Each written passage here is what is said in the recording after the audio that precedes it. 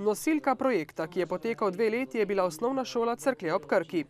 Potekale so mednarodne delavnice, potem mednarodne konference, mednarodni tabori, na vseh osnovnih šolah pa so potekali krožki in vsega skupaj je bilo izvedenih 116 krožkov. Najbolj pa so se na šolah razveselili opreme, do katere so prišli v okviru projekta. Konkretno za našo šolo smo nabavili vremensko hišico z vso najsodobnejšo opremo, ki jo lahko takšna hišica ima, potem pa cel kup različnih pripomočkov za poskuse pri fiziki, kemiji, naravoslovju.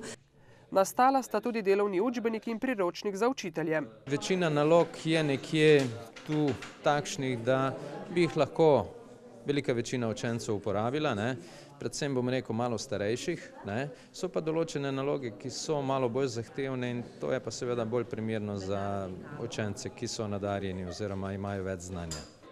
Na vsaki šoli je sodelovalo od 15 do 30 učencev, ki so se združevali na mednarodnih delavnicah.